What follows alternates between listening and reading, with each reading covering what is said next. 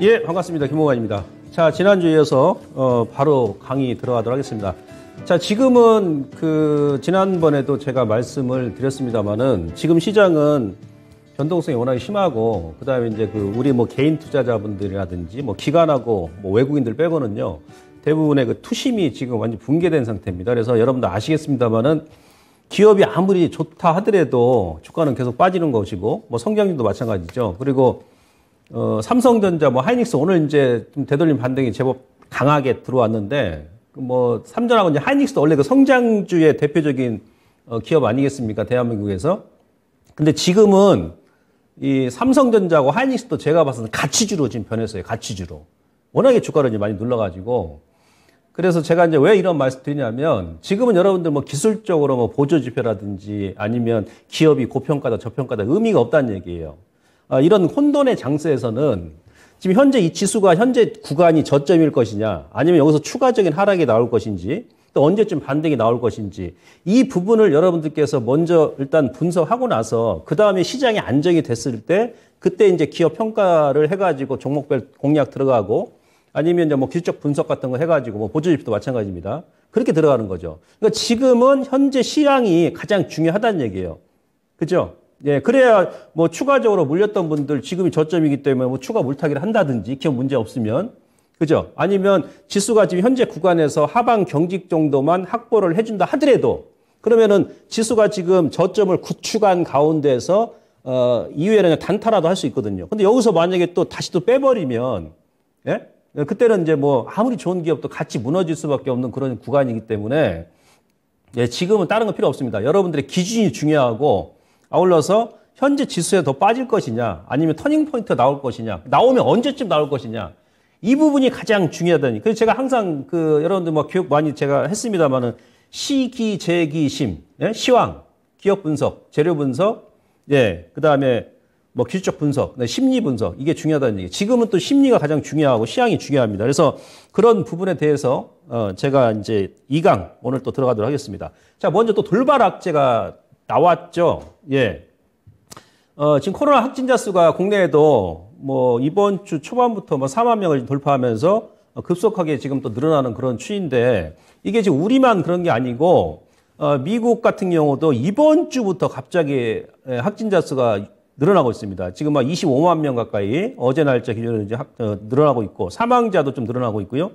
영국 같은 경우도 이번 주에 갑자기 확 늘어났죠. 확진자가. 이게 공통점입니다. 그리고 중국 같은 경우도 이번 주 들어서 주 초반부터 계속 늘어나는 그런 추이고, 예. 그리고 이제 우리나라 같은 경우도 자, 이번 주 들어서 확진자가 늘어나고 사망자하고 이제 중증 환자 수는 그다지 많이 증가 안 했는데 이 공통적인 부분이 뭐냐면은 세계적으로 코로나 확진자가 이번 주부터 증가를 하고 있다. 그래서 안 그래도 이제 기술적으로 한번 터닝포인트 나올 그런 구간에서 갑자기 전 세계적으로 확진자가 지금 늘어나고 있기 때문에 물론 기존의 오미크론 바이러스보다는 중증화율이 좀 낮다고 합니다만은 워낙에 이제 2년 동안 전 세계적으로 코로나 바이러스가 놀랬기 때문에 아마도 한 이번 달까지는 적어도 그 추이를 좀 봐야 될 것 같아요. 이 부분은 지금 돌발 악재고 예상보다 지금 빨리 확진자가 늘어나기 때문에 정부에서는 다음 달에 20만 명까지도 예측을 하던데요. 그래서 조금 우리가 이렇게 돌발 악재가 생겼을 때는 예, 좀 더 좀 여유 있게 시장을 좀 지켜보며 접근할 필요성이 있다. 이렇게 말씀드릴 수 있겠고요. 자, 지난주에 제가 여러분들께 이 7월 증시 캘린더를 보여드리면서 이번 주, 그러니까 7월 달 중에서는 이번 달이 가장 변동성이 클 것이다. 제가 말씀드렸습니다. 그죠? 예, 어저께 미국의 소비자 물가지수 발표했고요. 이 부분에 대해서 제가 체크를 해드리도록 하겠습니다. 그리고 이제 오늘 만기였지 않습니까? 만기.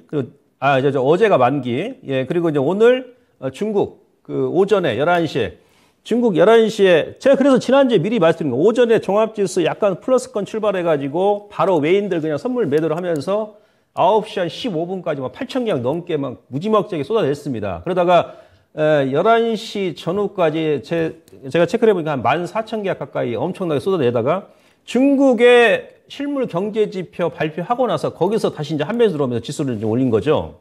네. 상당히 변동성이 심합니다. 웹더덕 현상. 그죠? 꼬리가 몸통을 흔드는. 어쨌든 간에 일단 중국 같은 경우도 예상치보다 안 좋게 다소 나왔습니다만은, 예,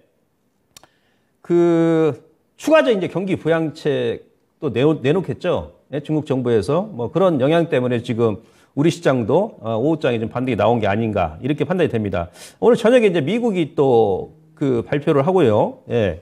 이번 주만 지나면 7월 달은 이번 주가 가장 변동성이 심했던 그런 구간으로 여러분들께 인식하시고, 다음 주부터는 이제 언제가 중요한, 지금 한일이 중요한데, 오늘 그 한일 부분에 대해서 말씀드릴 겁니다.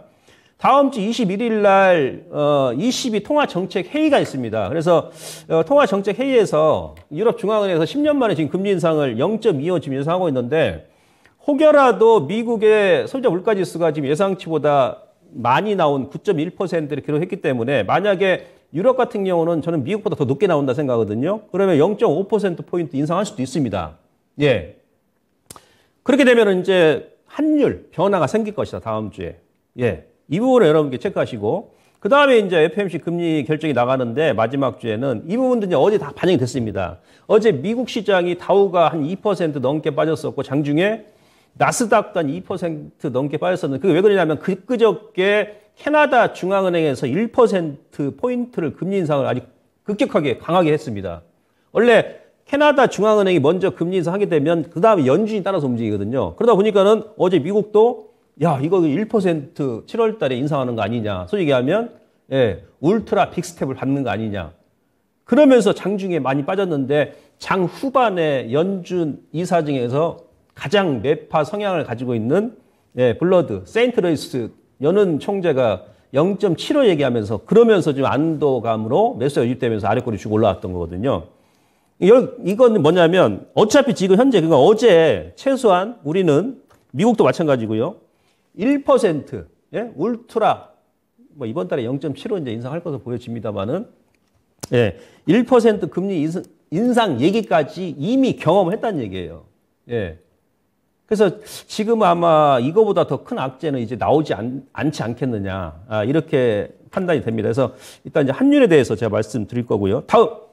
자, 요거 다시 한번 이제 분석해야 돼요. 미국의 소비자 물가지수. 예, 결국은 이제 9%를 살짝 넘겼습니다. 근데 바이든 대통령이 소비자 물가지수 발표하고 나서 지금 그 중동으로 넘어가 있죠. 사우디아라비아. 이건 온전하게 다 지금 반영된 게 아니다. 무슨 얘기냐? 뭐 6월 초부터 실질적으로 곡물가는 다들 아시겠습니다. 지난주 공부했지 않습니까? 예, 러시아 전쟁 발발하기 전 수준까지 급락이 나왔고, 뭐 국제 구리 가격도 마찬가지고, 예, 유가도 지금 뭐 $100 미만으로 지금 밀었지 않습니까? 예. 근데도 9% 넘게 나왔기 때문에 전체 소비자 물가 지수에 온전하게 반영이 안 된 것이다. 이렇게 얘기를 했습니다. 저 역시도 뭐 그렇게 판단이 됩니다. 그러면 그 이후에 6월 달에 유가도 밀리고, 또 특히나 지금 만약에 이번 주에 바이든 대통령이 사우디 지금 방문 중이니까, 예, 어떤 협상을 해가지고 사우디가 만약 증산을 한다라고 우리가 만약에 그런 결론이 나온다면 유가 더 밀리겠죠. 안 그래도 지금 경기 신체 얘기하는데 유가는 여기서 더 올라갈 수가 없는 거예요. 국제 유가하고 대한민국의 코스피하고는 같이 움직입니다. 같이 움직여요. 그러니까 우리나라 종합지수가 2,300포인트까지 밀었는데 국제유가 $100 위에 논다? 그거는 말이 안 돼요. 예. 메이저들이 인위적으로 지금 방어를 하고 있는 것 같은데, 결국은 국제유가도 제가 봐서는 최소 뭐 $70, 뭐 $60까지 밀릴 가능성이 높다, 낮다, 높다. 예. 그러면 이제 7월 달에 진짜 이번에는 미국의 소비자 물가지수가 피크 아웃이다. 거기에 대한 근거를 또 제가 제시를 할 거고요. 중요한 것은 미국의 근원 소비자 물가지수, 그러니까 에너지하고 식품을 뺀 근원 소비자 물가지수는 3개월 연속 지금 둔화되고 있습니다. 그죠? 예, 3개월 연속 둔화다. 이렇게 이 부분을 여러분들께서 이해를 하시고죠.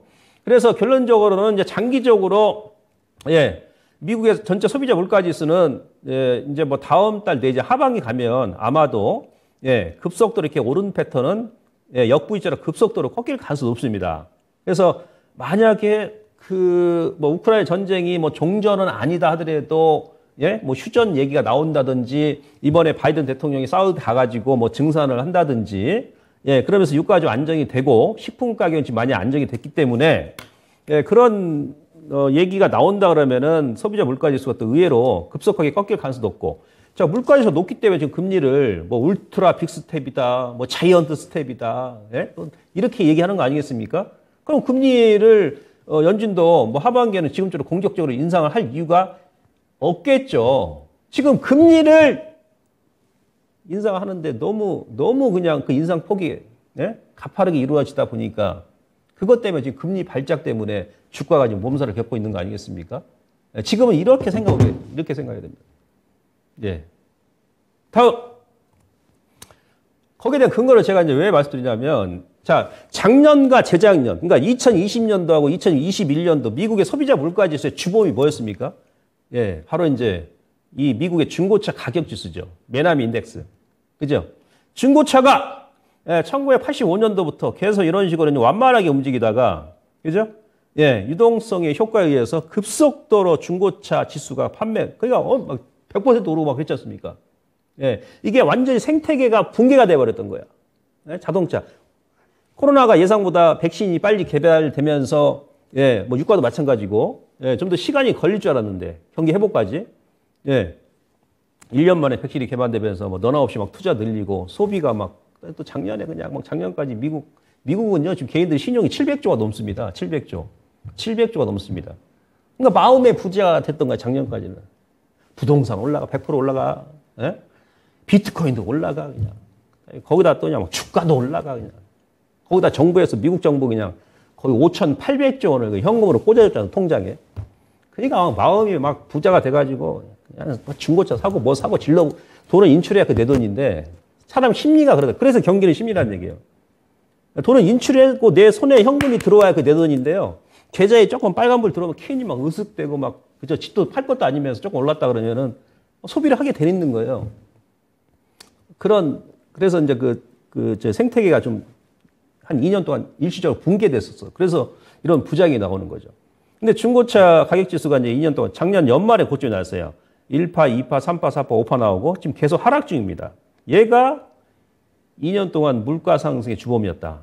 그러니까 전체 소비자 물가 지수의 25%를 이 중고차 가격이 차지했다는 얘기예요. 근데 올해 딱 들어오니까 어떻게 돼요?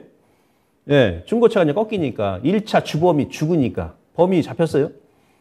2차 우크라이나 전쟁이 딱 2월 때 터지면서 국제유가하고 식품 가격이 올라갔는데 이것도 못 간다 그랬죠. 예, 다시 또 빠집니다. 이 두 놈만 일단 빠지면 당연히 소비자 물가 지수는 안정이 된다. 예, 또 가파르게 또 안정이 될 수 있다는 얘기예요. 이런 결론이 나오겠죠. 다음. 자, 그래서 이제 기준금리를 한국은행도 지금 뭐 사상 최대치로 지금 0.5% 예상대로 지금 올렸는데요.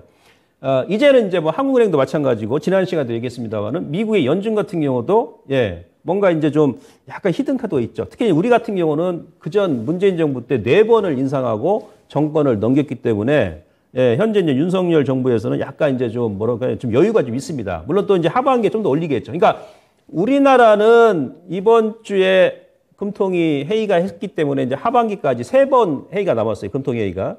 연준은 다다음 주 7월 말에 이제 FOMC 회의까지 포함하게 되면 4번이 남았죠. 그러면 이번에 이제 연준 같은 경우는 0.75는 기정사실화 된 것 같습니다. 어제도 금리 점도표를 보니까 그저께까지 뭐 40%에서 80%로 지금 0.78%, 75%를 지금 예상하고 있거든요. 그러면 2.50이 된다는 얘기죠. 2.50. 예, 그러면은 코로나 전 수준까지 올라갔다. 그러면서, 예, 저는 개인적으로 하반기까지 많이 올려봐야 3.5라는 말이에요. 그러면 이제 2.5는 그냥 앞으로 한 1%도 올리는데, 예, 연준의 회의가 이제 FOMC 회의가 3번 남았으니까 하반기까지. 뭐 0.5나 아니면 0.25, 0.25 이런 식으로 스텝을 밟아 나가면 지금은 0.75를 지난달 이번 달까지 2번 그냥 인상을 했기 때문에 시장에서 깜짝 놀래가지고 발전하고 있는데 다음 달부터 이제 0.5, 그 다음번에는 0.25, 그 다음번 0.25 이래서 한 중립금리를 한 3.5 정도 해주면 예, 그때는 이제 시장이 좀 한화할 수 있다는 얘기죠. 우리 뭐 한국은행도 마찬가지입니다. 한국은행도. 그죠? 예, 한국은행도 한 3%까지 한다 하더라도 이제부터는 0.25 정도.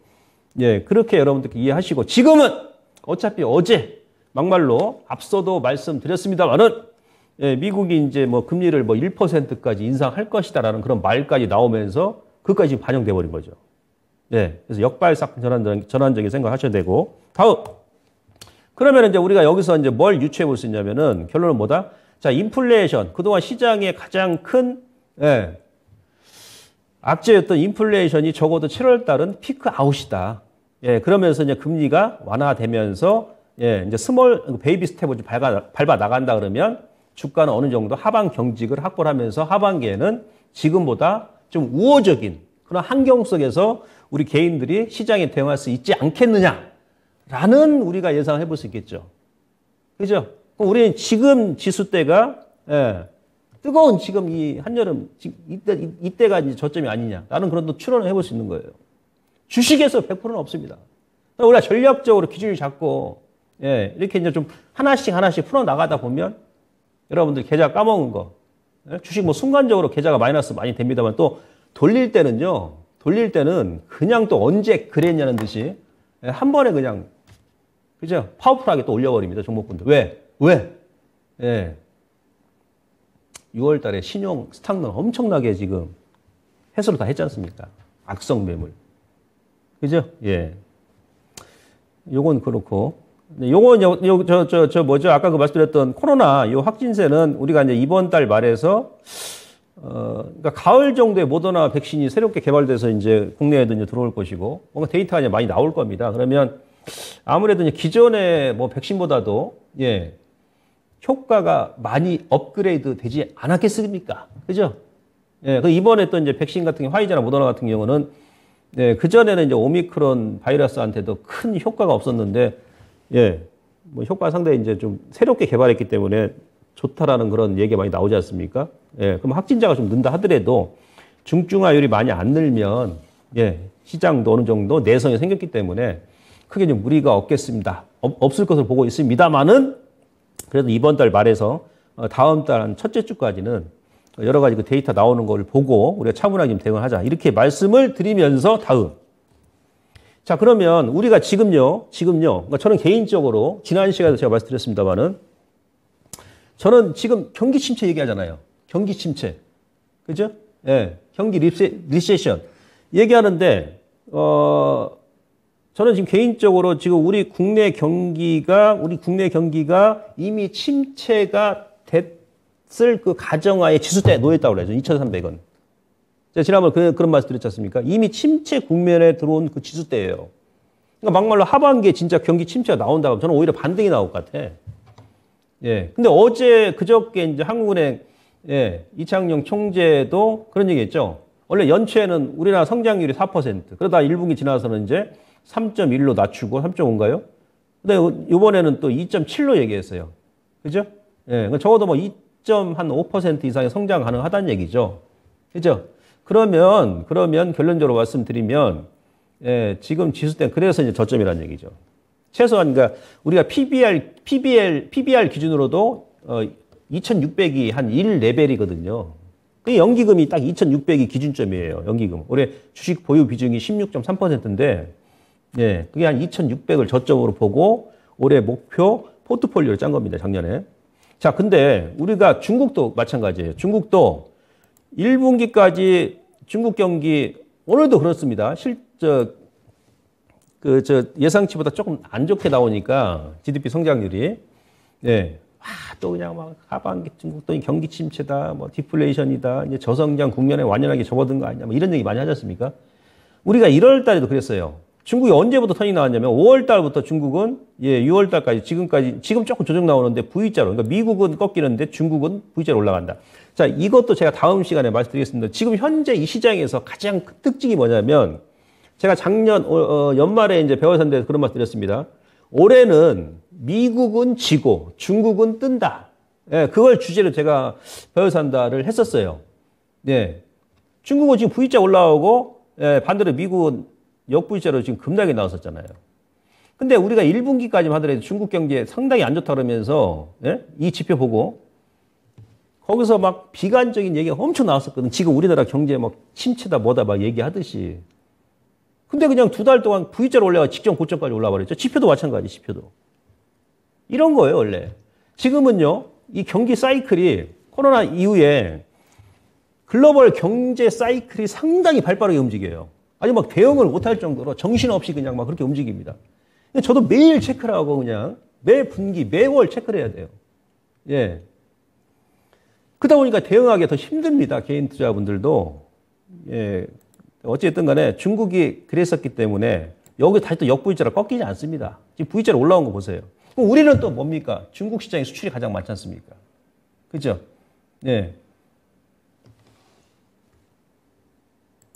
이렇게 말씀드리면서 다음.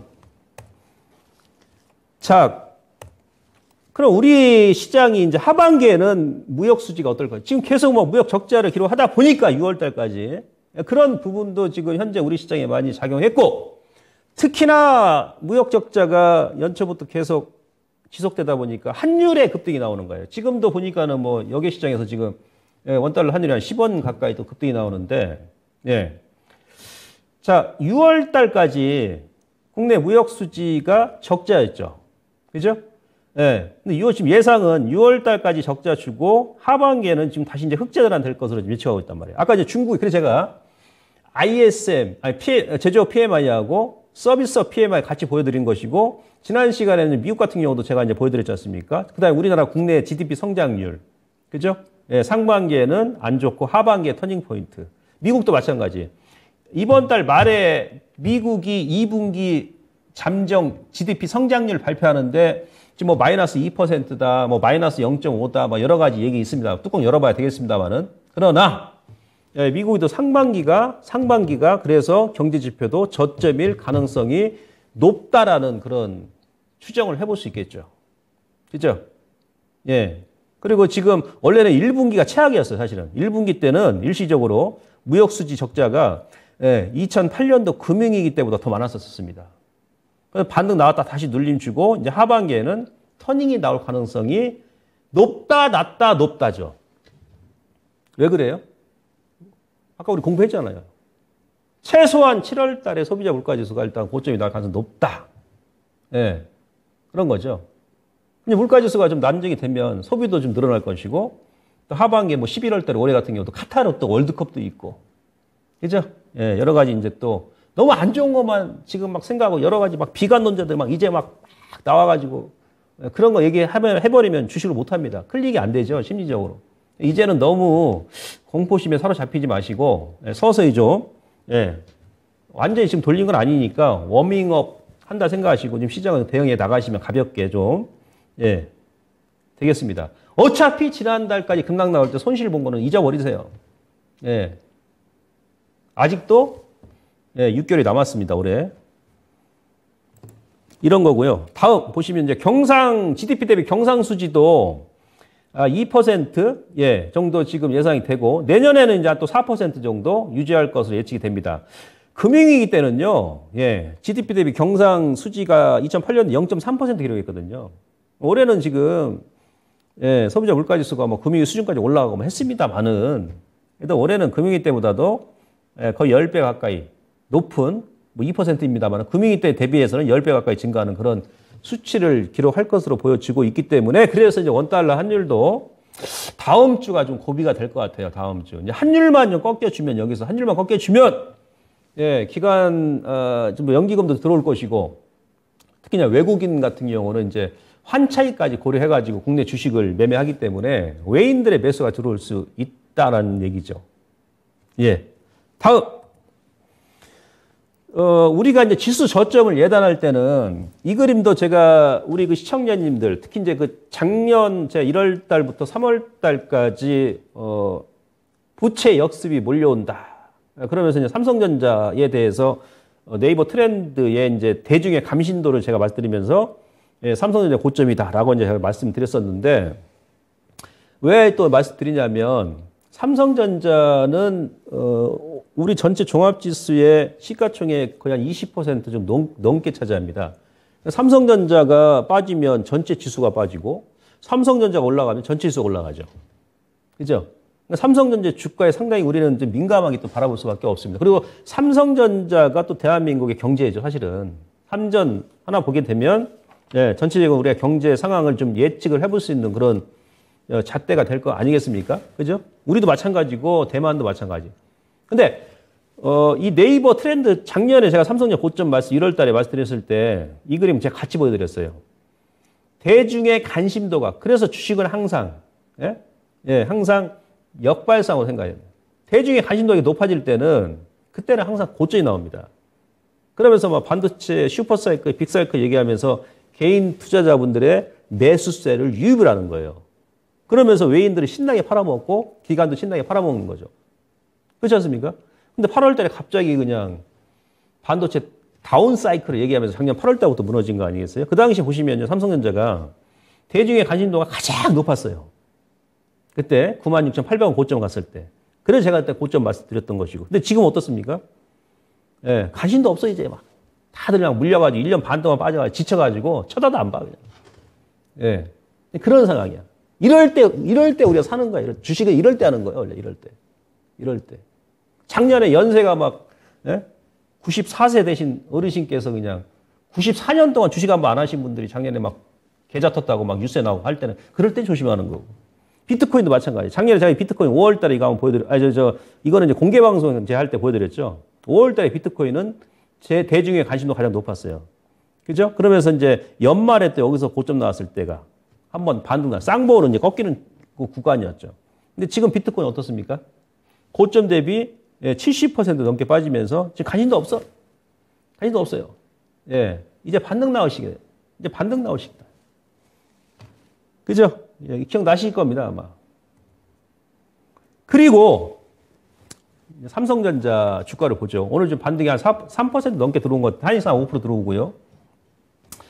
자, 이거는 지난 시간에는 제가 우리 그 시청자님들께 종합지수가 이제 20% 2000년도부터 올해까지 22년 동안 종합지수가 그 20% 이상 조정 나왔을 때가 몇 번이고, 그 다음에 12개월 동안 조정 나왔을 경우 3번, 이번 세 번째라고 이제 그런 데이터 보여드린 게 있습니다.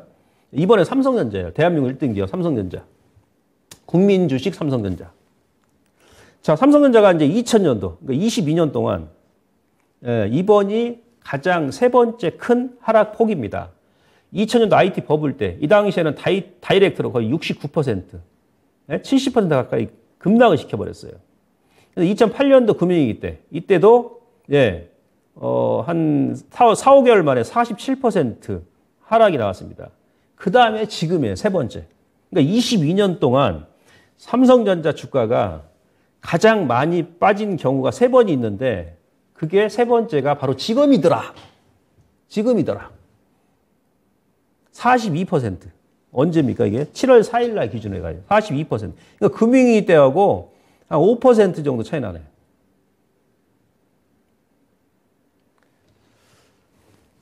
예. 그래서 제가 삼성전자는 지금 살 때다. 예? 이거를 이제 길게 봤을 때 로고상으로 이거죠, 이겁니다. 자, 2000년도 IT 버블 때, 그 다음에 2008년도 금융위기 때. 삼성전자는요, 제가 작년에 그 연봉 차트 막 보여드렸잖아요. 아니, 연봉의 5년선까지 오면 그때 사는 거다. 작년에는 연봉하고 주가 막 올라가니까 연봉 5년선하고 이격이 그냥 이렇게 벌어져 있었잖아요. 그죠? 예. 2008년도 이 지지선, 그러니까 삼성전자는 22년 동안 이런 식으로 움직였어요. 트렌드 상단가면 얻어맞고, 얻어맞고, 중간까지 오면 또 터닝, 얻어맞고, 그 다음에 저점까지 오면은 금융위기 때 여기서 터닝, 찌글찌글 올라가다가, 요때는 이제 한 3년 조정이 나왔는데, 요때는 이제 올랐다 내렸다. 그런 식으로 움직였으니까 제어하고. 근데 이 당시에도, 이 트렌드 하단에서 정확히 터닝 나오면서 이때 이제 비트코인 올라가면서 이제 디램 가격 막 천정부지 올라갈 때 올라간 거예요. 작년 1월 달에 제가 이거 보여드린 거죠, 1월 달에. 이거는 22년 저항이기 때문에 한 번에 돌파 못한다. 아무리 삼성전자 할아버지라도 돌파 못한다. 제가 그랬지 않습니까? 근데 1년 6개월 만에 다시 이제 원위치해버렸어, 삼성전자가. 원위치해버렸어. 지금, 그러니까 여기서는 이제 저는 이런 내용을 우리 그 시청자님들께 보고만 드리는 거예요. 그죠? 이러이러해서 이렇습니다. 이런 구간이고, 삼성전자가 2022년 동안 지금 세 번째 낙폭이 큰 구간입니다. 이렇게 보고만 드리면, 그럼 이제 시청자님께서는 판단을 하시는 거지. 그래. 주식에서 100%가 어디 있습니까? 그죠? 안전하게 이제 수익 내려면 정기예금, 정기예탁금 불입하지. 리스크 어느 정도 감안하면서 하시는 거예요, 주식은. 근데 적어도 삼성전자가 자, 22년 동안 세 번째 낙폭이 가장 큰 구간이고, 22년 동안 이 박스권 아래에서 움직이고, 저쪽 오면 터닝, 고쪽 오면 또 하락. 근데 지금 또 22년 만에 다시 원위치했네? 여기서 여러분들께서 홀딩할 것이냐, 매수를 할 것이냐, 손절할 것이냐. 그거는 이제 시청자님께서 결정하시는 거예요. 그것까지 제가 일부 다 그냥, 그죠? 근데 매수죠, 매수. 고점에 물리신 분들은 홀딩이죠. 그렇게 봅니다. 자, 오늘 그 삼성전자가 왜 올라왔습니까?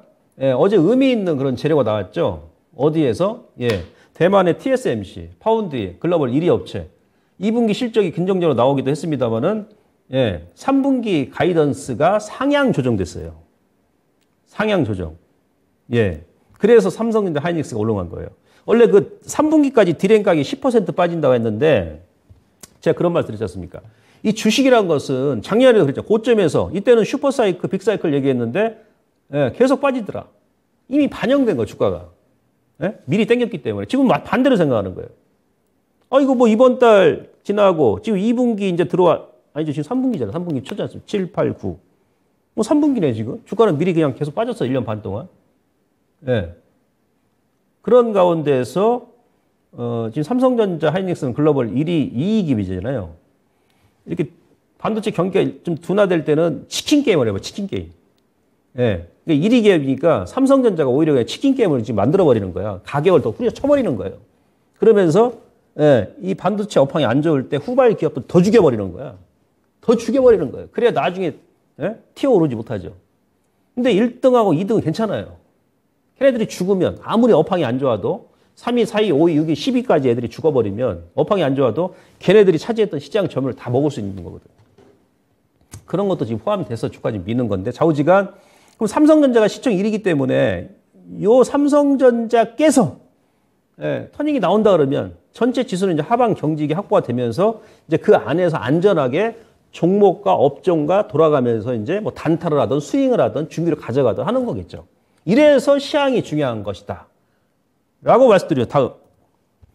자, 그 다음에 이제 기술적 분석을 이제 하는 거예요. 예. 요건 이제 먼저 보조지표, 소위 얘기하면, 예. 이제 보조지표 같은 거는 이제 원래 나중에, 제일 나중에 공부하는 거, 제일 나중에. 예. 자, 이것은 이제 그 거래 회전율이 이제 비교적 잘 맞습니다. 우리 그 코스피 같은 경우는 이 빨간색 선은 코스피고 파란색 선 신용이죠. 무너지면서 같이 무너졌죠, 신용이. 검은색 선은 바로 이제 거래 회전율이에요. 이 거래 회전율을 지금 보니까 이때가 언제죠? 2004년도. 2004년도, 그러니까 2007년도까지 종합지수가 2000포인트 내일이 나오기 전에 그때 2004년도 5월 달에 여기서 한 940에서 예, 700까지 다이렉트로 급락을 시켜버렸어요. 여기서. 이 당시 거래 회전율이 이 정도죠. 기준치 미만이었어요. 검은색 선. 그러면 지수를 여기서 이렇게 올려버렸거든요. 거기서 다 이제 개인들 물량 털리면서 예, 2004년도, 그러니까 2000년도 이래 거래 회전율이 지금 최저치예요. 최저치. 거래 회전율. 거래가 없다는 얘기. 돈이 안 들어오니까. 종목이 찌글찌글 막. 예? 예. 가뭄에 그 논바닥 갈라지듯이 막 그런 상황이에요. 돈이 들어와야 종목들이 많이 움직이고 업종도 많이 움직이는데 재료 나오는 종목군들만 예, 탄력적으로 움직이는 거예요. 그나마 지난달에 신용이 많이 꺾였기 때문에 그나마도. 예. 자, 2017년도에도 보시면 여기서 거래 회전율이 저점 찍고 예, 터닝. 바로 이제 주가 이렇게 올리죠. 그죠? 2013년도에도 여기서도 많이 밀렸어요. 이때 한 300포인트가 밀었습니다. 그러다 다시 터닝. 예? 예, 중국 유동성 6이 나왔을 때.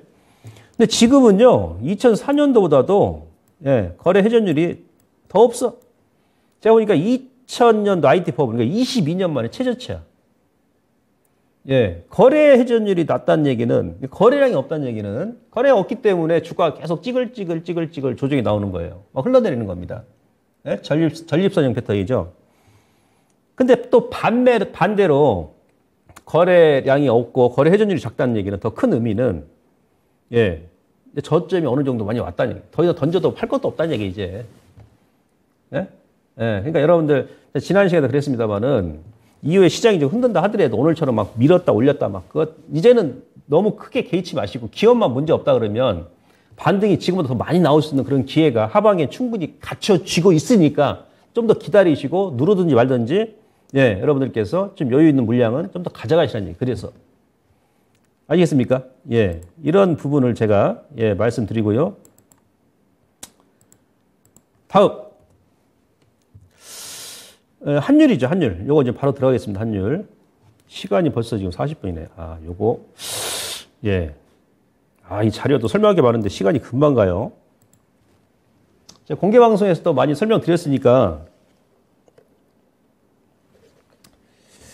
여러분들께 참고하시고, 지금 달러 인덱스죠, 요거가 이제 다음 주에 이제 변화가 나오는데, 예. 달러 인덱스가 지금 장기적으로 지금 살짝 돌파한 상태예요. 살짝 돌파한 상태입니다.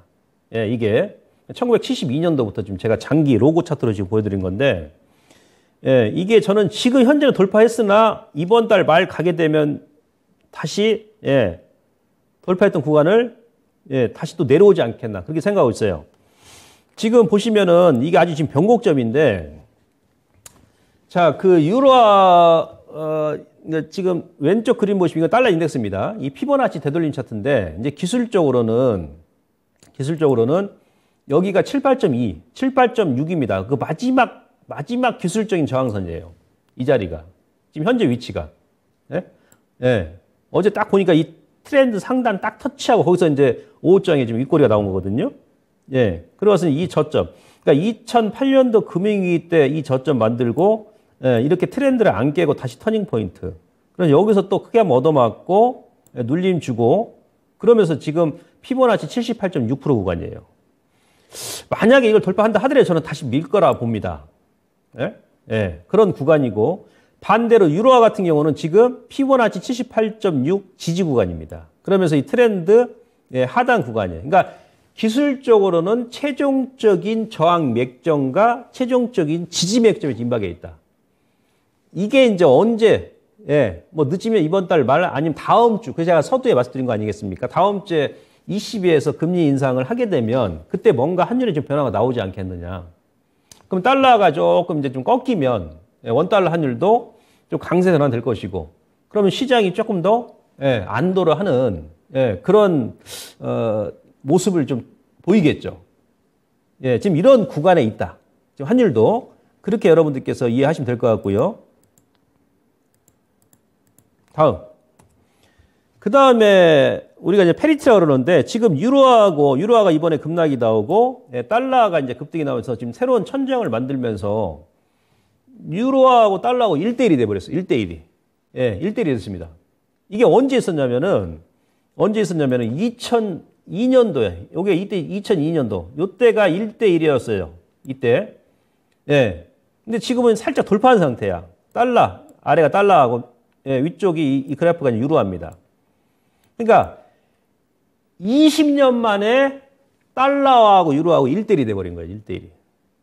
그죠? 저 역시도 여기서 이제 2000년 초반처럼 살짝 터치하고 다시 이제 달러 약세되고 유로화 또 반등 나올 줄 알았는데, 예, 결국은 1대1로 만들어버렸습니다.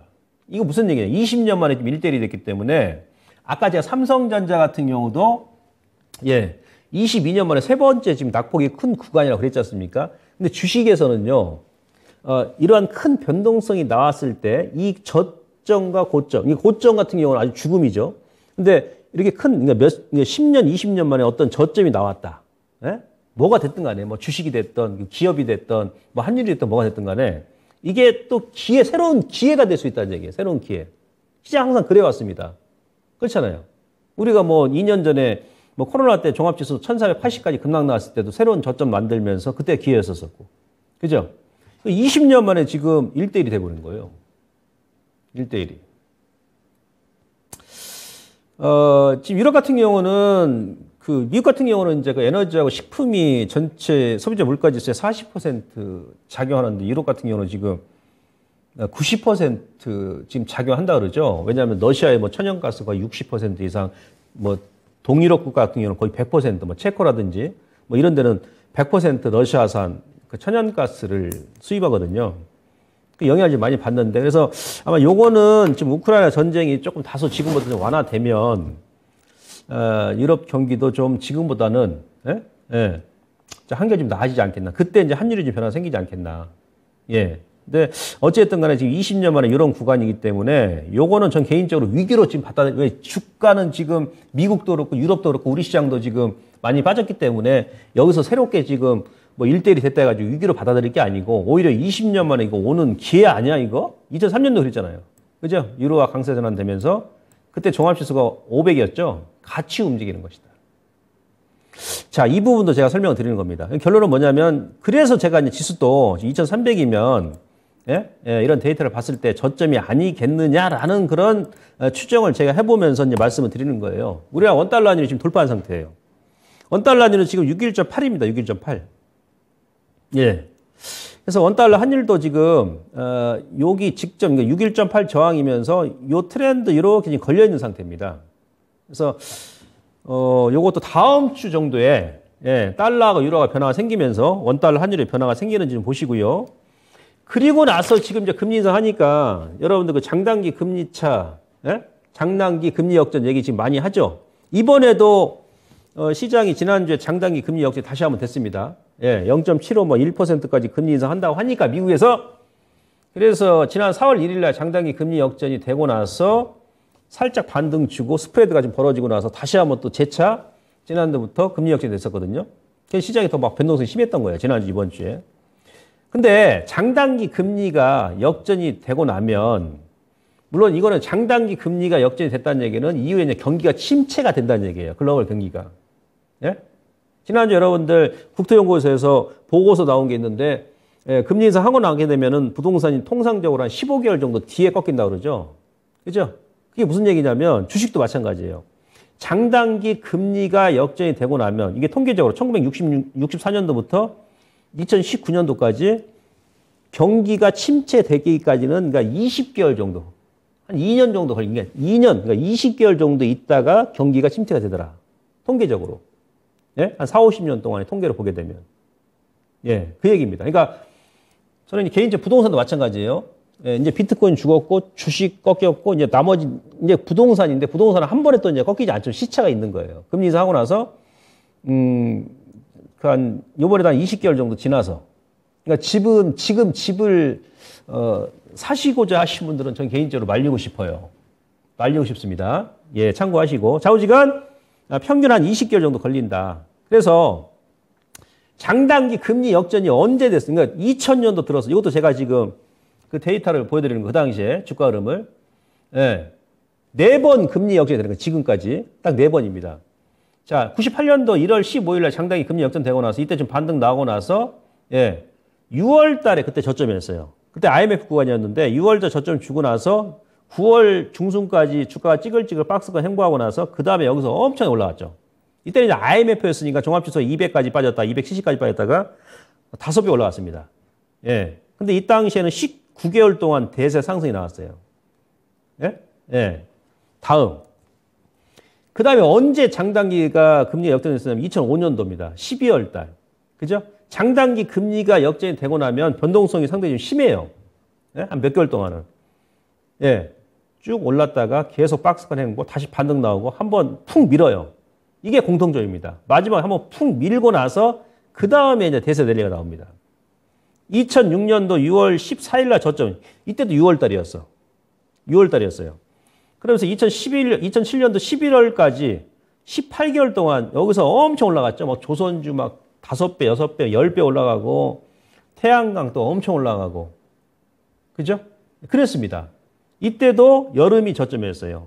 여름이. 지금 몇 월? 한여름이죠. 7월 달. 그죠? 지난달에 6월 달에 한번 급락이 나왔었고. 그 다음에 언제였습니까? 예. 우리가 코로나 때. 그러니까 미중 무역 분쟁 했을 때. 이때는 8월 14일 날 역전했습니다. 그죠? 근데 지수는 이제 8월 달에 미중 무역 분쟁 때문에 여기서 급락이 나오고 나서 8월 6일 날 종합지수가 급락 나오고 나서 그 다음 주에 장단기 금리가 역전되고 그 다음에 연말까지 계속 다시 또 350포인트, 400포인트 올렸어요. 예. 이때도 주가를 한번 푹 밀어버립니다. 예? 예. 이때는 미중 무역 분쟁 때문에 2018년도 1월 달부터 2019년도 1년 반 동안 716포인트를 밀었어요. 근데 그 다음에 이제 이 당시 제가 이제 차트를 더 길게 보시면 8월 14일 날 장단기 금리 역전되고 나서 이때 여름이죠. 8월 달 저점 주고 계속 올라왔어요. 연말까지. 근데 또 우연찮게 코로나가 터지면서 급락이 나왔지 않습니까? 3월 달에. 그러면서 또 이렇게 쭉 올라갔는데 몇 개월? 22개월 상승이 나왔죠. 예? 2000년도, 21세기 들어와서. 그죠? 예. 그 다음에 언제입니까? 이번이 4번째입니다. 이번이 4번째예요. 이번이. 예. 자, 지금은, 그러니까 2018년도에는 1년 반 동안 종합지수 고점에서 한 716포인트 뺐는데, 자, 작년 6월 25일 날 종합지수 3,316포인트 주고 나서 7월 4일 날, 지난주, 딱 1040포인트, 1년 동안 거의 1040포인트를 이미 1040포인트 빼버렸어요. 지수를. 그리고 3월 달에 좀 반등이 나오고 나서 또 500포인트를 다이렉트 빼버렸어. 예, 4월 1일 날 장단기 금리가 역전됐습니다. 이거 8월 14일이 아니고 예, 올해 4월 1일 날 역전됐어요. 그죠? 제가 아까 그랬죠. 98년도에도 그랬었고 2005년도에 그랬었고 코로나 때도 마찬가지예요. 장단기 금리가 역전되고 나면 몇 개월 동안 찌글찌글하다가 꼭 한번 크게 밀고 나서 거기서 가버리더라. 근데 이번에도 우연찮게 또 그런 모습이 나오죠. 3월달 대비해가지고 500포인트 지금 밀고 나서 예, 지금 박스에서 왔다 갔다 합니다. 저는 개인적으로 이 데이터를 봤을 때 아까 제가 이제 물가지수 같은 경우는 이제 피크아웃이다라는 것을 다 말씀드렸고 이제 금리도 다 말씀드립니다. 그러면서 기술적으로 말씀드리는 거예요. 8월 달, 그러니까 8월 중순 정도에 미국의 소비자 물가지수 발표할 거 아니겠습니까? 그죠? 그러니까 우리나라 8월 만기 전후. 그때 이제 아마 이 시장에 좀 진바닥이 나오지 않겠느냐. 또 그때 가면 또 외국인들 휴가도 끝나고. 그리고 이제 7월 달 소비자 물가지수를 8월 달에 발표하니까 지금 이번 달에 9.1% 발표했으니까 만약에 이제 8% 안으로 다시 한번 진입한다 그러면 연준도 굳이 지금처럼 금리를 0.7% 예?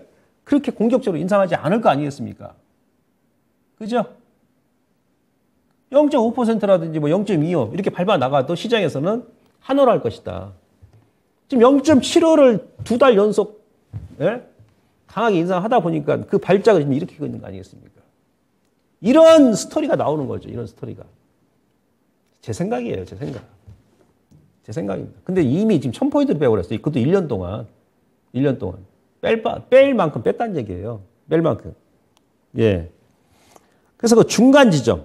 그러니까 2005년도하고 2019년도는 한 2달 정도 조정 나왔고 2015년도 한 6개월 정도 조정 나왔는데 지금은 이제 8월 한 그 만기 전후에서 뭔가 이 시장의 진바닥이 나올 것이다.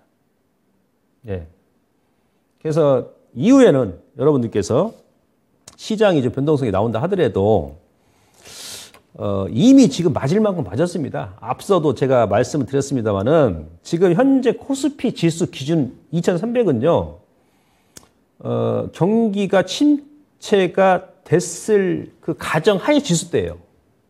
지금은 아시겠습니까? 예. 그래서 이런 부분을 다시 한번 여러분들께서 참고하시고 지금 다소 뭐 시장이 좀 찌글찌글하고 뭐 여기저기서 시장 안 좋을 때도 안 좋게 얘기를 해야 되거든 또 막 좋을 땐 좋다고 계속 얘기해. 우리 주주님들 작년에 경험했지 않습니까? 예? 시장이 좋을 때는 아무리 안 좋은 얘기해도 주가 올라가요.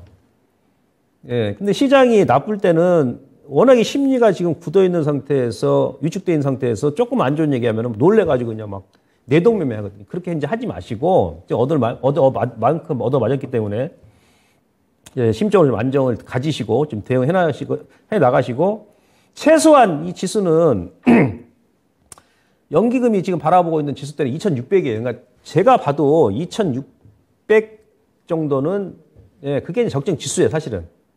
우리나라 올해 경제 상황이라든지 여러 이제 수급적으로 봤을 때는.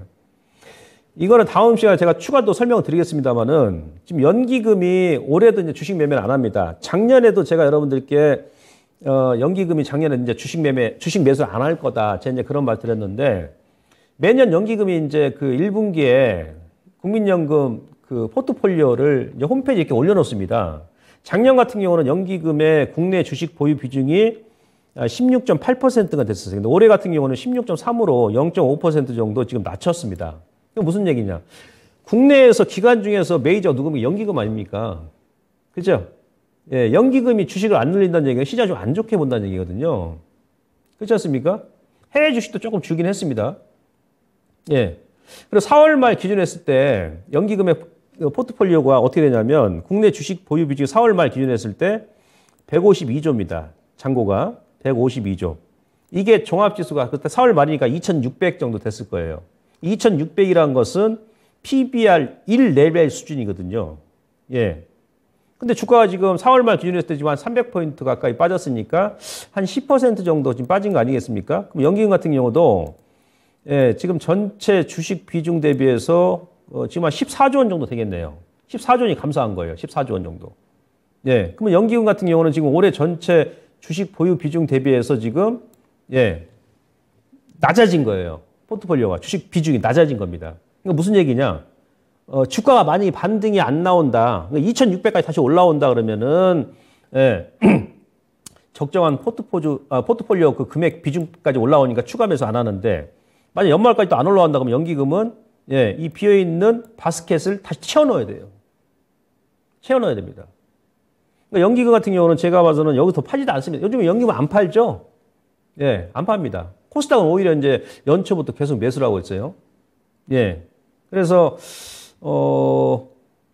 2600까지는 1차 여러분들께서 연기금이 보고 있는 이 지수대, 예, 목표를 보시고 이후에 이제 반등이 나올 때 그때 가서 지금 물려있다 하시는 분들 그때 가서 좀 조절하시는 거예요. 예. 그렇게 일단 보시면 될 것 같고요. 다음. 이 부분은 제가 지난번에도 말씀드렸지 않습니까? 예. 이미 이제 6월 달에 그 신용 물량 출회될 만큼 출회됐기 때문에, 시장이 좀 변동성이 나온다 하더라도, 지난달하고 대비해가지고는 종목별로 시장이 오늘도 막 오전에 막 30포인트 밀고 뭐 했습니다만 종목 보게 되면 그게 안 밀립니다. 왜? 이미 악성 매물이 나올 만큼 나왔기 때문에.